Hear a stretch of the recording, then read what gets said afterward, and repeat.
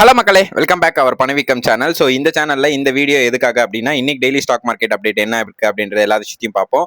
அதுக்கு முன்னாடி நம்ம ஒரு 2 ஸ்டாக் வாங்கியிருந்தோம். ஒன்று வந்து அது நான் வந்து லாஸ்ட்டில் சொல்கிறேன். பட் ஆனால் அந்த 2 ஸ்டாக்ஸுமே ஒரு ஸ்டாக் வந்து 45%, வித்தின் 3 டேஸில் 22% வந்து ஒரு ஸ்டாக் வந்து ரிட்டர்ன் கொடுத்துருக்கு. நான் என்னோட போர்ட்ஃபோலியோ உங்ககிட்ட நான் வந்து விசிபிளாகவே சொல்லிட்டு இருக்கேன்.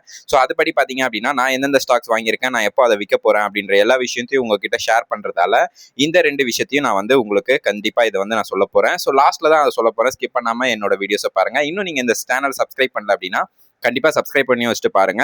இது உங்களுக்கு ஒரு இம்பார்ட்டன்ட் சேனலா இருக்கும் உங்களோட லைஃப்ல. பிகாஸ் ஆஃப் நம்ம ஃபினான்ஷியலா நம்ம எப்படி நெக்ஸ்ட் லெவலுக்கு மூவ் பண்றது அப்படின்றத மட்டும் தான் இதுல நான் வந்து டிஸ்கஸ் பண்ண போறேன்.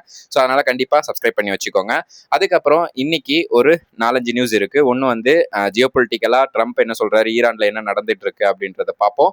அதுக்கப்புறம் இன்னைக்கு நம்ம எதிர்க்கட்சி தலைவரான ராகுல் காந்தி என்ன சொல்லியிருக்காரு அப்படின்றதையும் பார்ப்போம். அதே மாதிரி நம்மளோட ஆளுங்கட்சியான பிரதமர் மோடி ஒரு செயல் பண்ணியிருக்காரு. அதுக்கு சம்பந்தமே இல்லாத ஒரு ஸ்டாக்ஸ் வந்து ஏறி இருக்கு.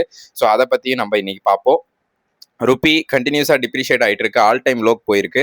ஸோ அதை பற்றியும் நம்ம இன்னைக்கு மார்க்கெட்டில் டிஸ்கஸ் பண்ணலாம். ஸோ இன்னைக்கு மார்க்கெட்டை பொறுத்த வரைக்கும் ஒரு அப் ட்ரெண்டில் தான் இருந்துச்சு. ஆனால் ஓப்பன் ஆனது என்னமோ டவுன் ட்ரெண்ட் தான். அங்கேருந்து ஒரு ரேலி கொடுக்க ஆரம்பிச்சானுங்க, அப் ட்ரெண்ட் வரைக்கும் கொண்டு போனாங்க. இன்னைக்கு அரௌண்ட் சென்செக்ஸ் பார்த்தீங்க அப்படின்னா 800 பாயிண்ட் வந்து ரெக்கவரி ஆயிருக்கு. அதே மாதிரி இன்னைக்கு நிஃப்டி 50 வந்து 261 பாயிண்ட் ரெக்கவரி ஆயிருக்கு. ஸோ இதனால தான் நான் தம்ப்ளைன்லையும் வந்து 261 பாயிண்ட் ரெக்கவரி ஆயிருக்கு அப்படின்றத வந்து நான் போட்டிருப்பேன். பட் ஆனால் இன்னைக்கு மார்க்கெட்டோட அந்த பாயிண்ட்ஸ் பார்க்கும்போது 41 பாயிண்ட் வந்து இன்னைக்கு இன்ட்ராடேல வந்து அப்ல க்ளோஸ் பண்ணியிருக்காங்க.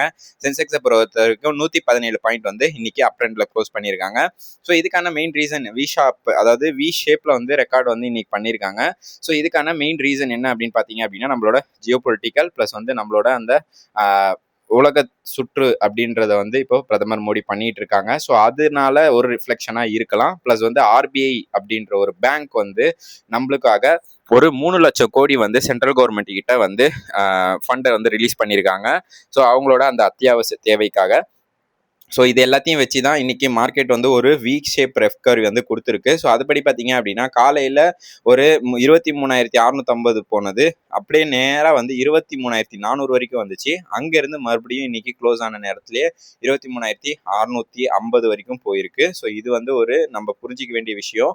ஸோ மார்க்கெட் இன்னும் கீழே விழல ஆரம்பிக்கலை அப்படின்றத நம்ம புரிஞ்சுக்கணும். ஸோ இன்னைக்கு டாப் 5 கெய்னரில் யார் அப்படின்னு பார்த்தீங்க அப்படின்னா ஹிந்துலேக்கா, அதே மாதிரி ரிலையன்ஸ் இண்டஸ்ட்ரி, ஆக்சிஸ் பேங்க், இவங்க எல்லாருமே வந்து அரௌண்ட் வந்து 4%லேருந்து 1.5% வந்து இன்னைக்கு இன்க்ரீஸ் ஆயிருந்தாங்க. ஸோ இதுக்கான மெயின் ரீசன் வந்து இன்னைக்கு இந்த மெட்டல் ஸ்டாக்ஸ் எல்லாமே ஓரளவுக்கு நல்லா பெர்ஃபார்ம் பண்ணிட்டு இருக்கு. ஸோ இவங்களும் வந்து ஒரு ப்ராஃபிட் ஒன்று வந்து மார்ஜின் நல்லா வந்திருக்கிறதால இந்துலேக்கா வந்து இன்னைக்கு ஒரு நல்ல ஒரு ரேலி கொடுத்துருந்தாங்க. ரிலையன்ஸ் இண்டஸ்ட்ரியை பொறுத்த வரைக்கும் ஹெவி வெயிட் ஸ்டாக்ஸு. ஸோ அதனால மேசிவ் ஃபண்டமெண்டல் சப்போர்ட் வந்து இன்னைக்கு இது பண்ணிச்சு அப்படின்னு சொல்லலாம். ஸோ ஆக்சிஸ் பேங்க் வந்து ஸ்ட்ராங் பேங்கிங் செக்டாரில் வந்து இப்போ வந்து ஒரு நல்ல ஒரு ஃப்ளோவில் வந்து கொடுத்துட்டு இருக்காங்க. ஸோ அதனால இதுவுமே வந்து இன்க்ரீஸ் ஆச்சு. டாப் லூசரில் பொறுத்த வரைக்கும் ஜி என்டர்டைன்மெண்ட், இது வந்து ஒரு என்டர்டைன்மெண்ட், பட் இருந்தாலும் 5% வந்து இன்னைக்கு கீழே விழுந்துருந்துச்சு. பிஏ இண்டஸ்ட்ரியை பொறுத்த வரைக்கும் இந்த ஃபினிகால் அந்த மாதிரி சில கம் ப்ராடக்ட்ஸ் எல்லாத்தையும் இவங்க செல் பண்ணுறாங்க. ஸோ இவங்களும் வந்து ஒரு 2% வந்து விழுந்திருந்தாங்க. டாடா ஸ்டீல் இன்னைக்கு ஒரு 2.5% விழுந்திருந்தாங்க. இது குளோபல் ஸ்டீல் வந்து டிமாண்ட் வந்து எஸ்கலேஷன் பண்ணியிருக்கு. அதனால தான் இன்னைக்கு இது வந்து கீழே விழுந்திருக்கு அப்படின்றது புரிஞ்சுக்கணும். செக்டார் பர்ஃபார்மன்ஸை பொறுத்த வரைக்கும் மீடியா, ரியாலிட்டி, மெட்டல் எல்லாருமே அரௌண்ட் 1%லேருந்து 0% வரைக்கும் இன்னைக்கு வந்து இவங்க வந்து கீழே விழுந்திருந்தாங்க. Bank, Nifty finance, FMCG, auto, IT, pharma, அதே மாதிரி நிஃப்டி எனர்ஜி, நிஃப்டி பவர், இவங்க எல்லாருமே வந்து அரௌண்டு மிடில்லையும் ப்ளஸ் வந்து 2% வரைக்கும் இன்னைக்கு நிஃப்டி பவர்லாம் போயிருந்துச்சு. ஸோ இன்னைக்கு பவர் ஸ்டாக்ஸ் எல்லாமே ஓரளவுக்கு நல்லா வந்து பர்ஃபார்ம் பண்ணியிருந்தாங்க. ஸோ இதுக்கான மெயின் சப்சிடி வந்து இன்னைக்கு கொடுத்துருக்காங்க அப்படின்னு தான் சொல்லணும். ஸோ ரெகுலர் வாலண்டிலிட்டி அப்படின்றத தாண்டி இன்னைக்கு கொஞ்சம் நல்லாவே வாலட்டிலிட்டிஸ் இருந்துச்சு அப்படின்னு சொல்லலாம்.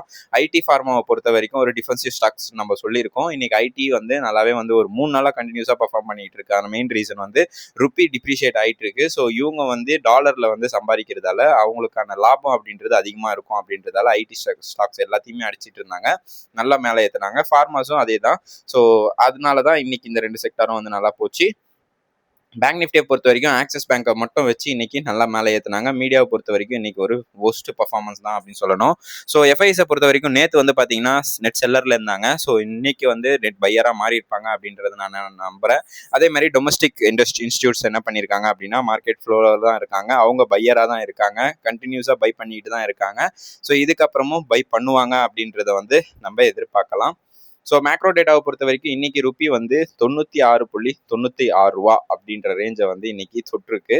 ஸோ இது வந்து 97 ரூபா போகிறதுக்கு இன்னும் ரொம்ப தூரம்லாம் இல்லை, ரொம்ப கிட்ட தான் இருக்கு. ஸோ 100 ருபீஸ் அப்படின்றது இந்த மந்த்லேயே வந்து ரீச் ஆகிறதுக்கான ஹை பாசிபிலிட்டிஸ் இருக்கு இப்படியே போச்சு அப்படின்னா. ஸோ இதனால நம்மளோட மார்க்கெட் அடி வாங்கும் அப்படின்றதையும் நம்ம புரிஞ்சுக்கணும். ஸோ பிரெண்ட் குரூட் ஆயிலோட பிரைஸ் வந்து $109 போயிட்டு இருக்கு. ஸோ இப்போ பேரலுக்கு வந்து $109 அப்படின்றது கொஞ்சம் அதிகமாக தான் இருக்கு நம்மளோட இந்தியாவோட அந்த எக்கனாமியை பொறுத்த வரைக்கும். ஸோ இன்னைக்கு இந்த ரேட் கட் பாசிபிலிட்டிஸ் இருக்கா அப்படின்னா லிமிடெட் தான். ரேட் கட் பாலிசி இருக்காது ஆர்பிஐ பொறுத்த வரைக்கும். அதே மாதிரி இம்பார்ட்டன்ட் இன்ஃப்ளேஷன் அப்படின்றது வந்து இப்போ இருக்கு, கிரிட்டிக்கல் ரிஸ்க்ல இருக்கும். எவ்ரி டாலர் பிரெண்ட் ரைஸ் வந்து இப்போ கொஞ்சம் அதிகமாயிட்டு இருக்கு. ஸோ இதனால நம்மளோட காஸ்ட் அப்படின்றது 1.2 பில்லியன் எக்ஸ்ட்ரா மந்த்லி வந்து நம்ம ப்ரெஷர்ல இருக்கோம் அப்படின்றது புரிஞ்சுக்கோங்க. அதே மாதிரி கஸ்டமர் ப்ராடக்ட் சிபிஐ டேட்டா வந்து பார்த்தீங்க அப்படின்னா வித்தின் 6 to 8 மந்த்ல வந்து பாஸ் த்ரூ ஆகிறதுக்கான ஹை பாசிபிலிட்டிஸ் இருக்கு. ஆர்பிஐ ஆக்ஷன் அப்படின்றத வந்து நம்ம போட்டிருந்தோம்.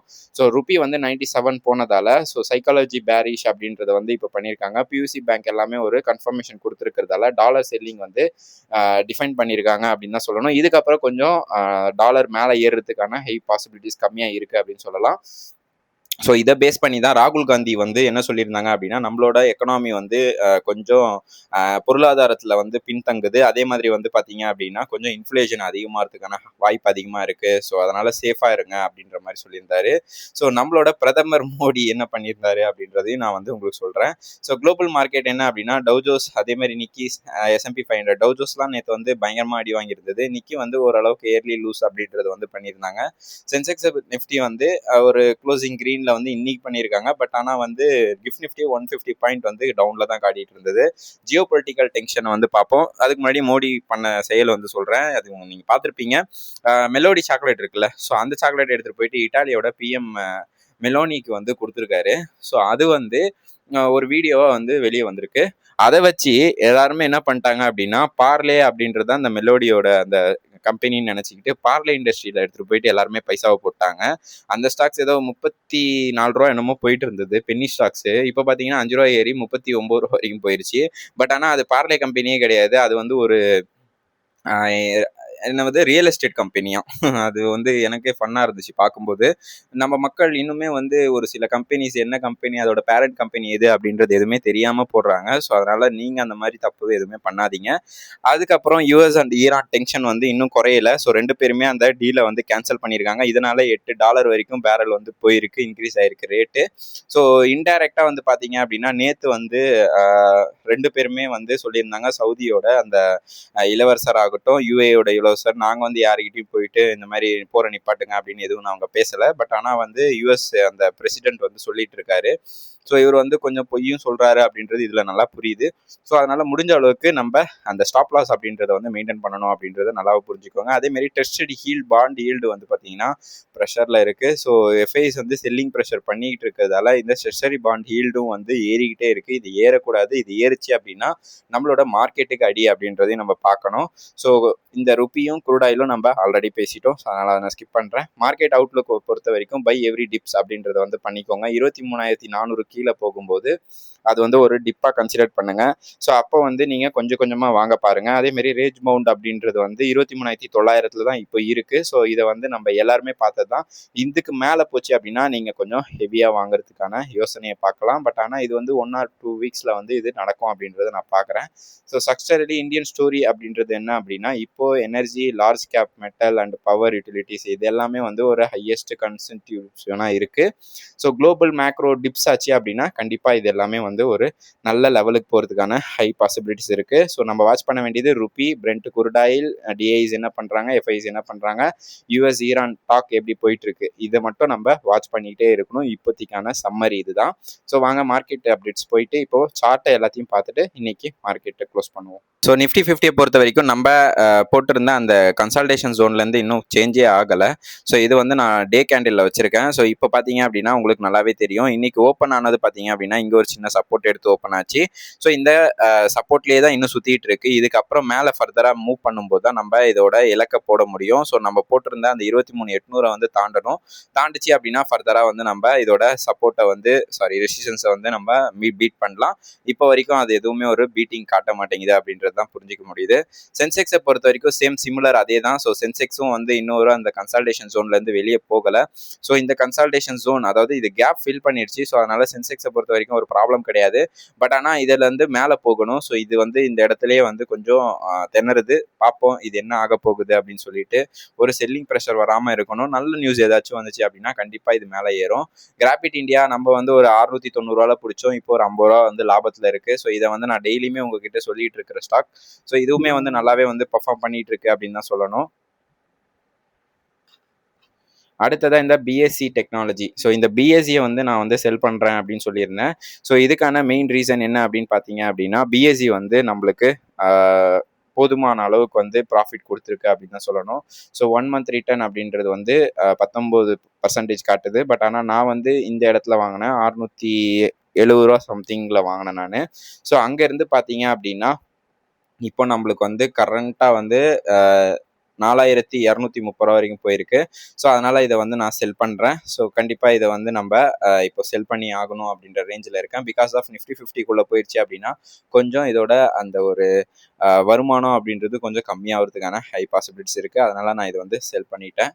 அதேமாரி Larsen and Toubro. So Larsen and டியூப்ரோவை பொறுத்த வரைக்கும் நம்ம இதை வந்து 3350 அப்படின்ற ரேஞ்சில் வந்து இதை வந்து நம்ம கன்சிடர் பண்ணோம். ஸோ அங்கேருந்து இப்போ வந்து ஒரு ரேலியை கொடுத்துக்கிட்டு இருக்கு. பார்ப்போம், கன்சல்டேஷன் ஆகிட்டு இருக்கு. ப்ராஃபிட் புக்கிங் இப்போதைக்கு இல்லை. ஸோ அதனால் வந்து கொஞ்சம் விட்டு தான் பிடிக்கணும். ஜென் டெக்னாலஜி நம்ம வந்து 1590 வாங்கியிருக்கோம். ஸோ இன்னுமே வந்து ஒரு கன்சல்டேஷனில் தான் இருக்குது. இப்போதைக்கு எதுவுமே வந்து இது வந்து போகலை. நல்லா ஒரு கீழே டவுன்ஃபால் ஆச்சு. அங்கேருந்து ஒரு ரெக்கவரி கொடுத்துட்ருக்கு அப்படின்றதையும் புரிஞ்சுக்கோங்க. அடுத்ததாக வந்து இந்த அப்போலோ மைக்ரோ சிஸ்டம். ஸோ இதை தான் நான் வந்து உங்ககிட்ட சொல்லிட்டு இருந்தேன். அரௌண்ட் நம்ம வாங்கினது வந்து பார்த்தீங்க அப்படின்னா 296 ரூபா ரேஞ்சில் வந்து நான் இதை வாங்கினேன். அங்கேருந்து 24% வந்து இது கொடுத்துருக்கு. வித்தின் என்னைக்கு வந்து பார்த்தீங்கன்னா 18 மே ஆரம்பித்து 20 மே 3 நாளில் வந்து இதோட ரிட்டர்ன் வந்து இவ்வளோ வந்திருக்கு. நல்ல ஒரு ரிட்டர்ன், எனக்கு சந்தோஷமாக இருக்குது. ஸோ என்னை ஃபாலோ பண்ணி வாங்கினாங்க அப்படின்னா கண்டிப்பாக உங்களுக்குமே ஒரு சந்தோஷம் கிடைச்சிருக்கும் அப்படின்றத நான் நம்புகிறேன். நாட்கோ ஃபார்மா நம்ம ஆல்ரெடி சொன்னது தான். ஸோ இது வந்து டெய்லி ஒரு ஹால் டைம் ஐயை தொட்டுட்டு இருக்கு. பட் ஆனால் இது வந்து லோ டு லோ வந்து ரீச் பண்ணிட்டு இருக்கு. எங்கேயாச்சும் நல்ல ஒரு டிப்பு கிடைச்சிச்சு அப்படின்னா நாட்கோ ஃபார்மாவை நீங்கள் வாங்க பாருங்கள். விமார்ட் நம்ம வந்து இப்போ கொஞ்சம் இது வந்து லாஸ்ட்டில் இருக்குது அப்படின்னு நான் சொல்லியிருந்தேன். ஸோ அதுபடி பார்த்தீங்க அப்படின்னா கொஞ்சம் கொஞ்சமாக ரெக்கவரி ஆகிட்டு இருக்கு. பார்ப்போம் இதோட ரெக்கவரி எவ்வளோ தூரம் வருது அப்படின்னு சொல்லிட்டு நான் பிரேக் அவுட் ஆகும்போது இதை வந்து நான் உங்ககிட்ட டிஸ்கஸ் பண்ணுறேன். ஸோ இன்னைக்கான வீடியோ இதுதான். ஸோ இது உங்களுக்கு பிடிச்சிருந்தது அப்படின்னா கண்டிப்பாக ஷேர் பண்ணுங்கள். அதேமாதிரி உங்களுக்கு யூஸ்ஃபுல்லாக இருந்துச்சு அப்படின்னா என்னோட சேனலை சப்ஸ்கிரைப் பண்ணி வச்சுக்கோங்க. நன்றி மக்களே.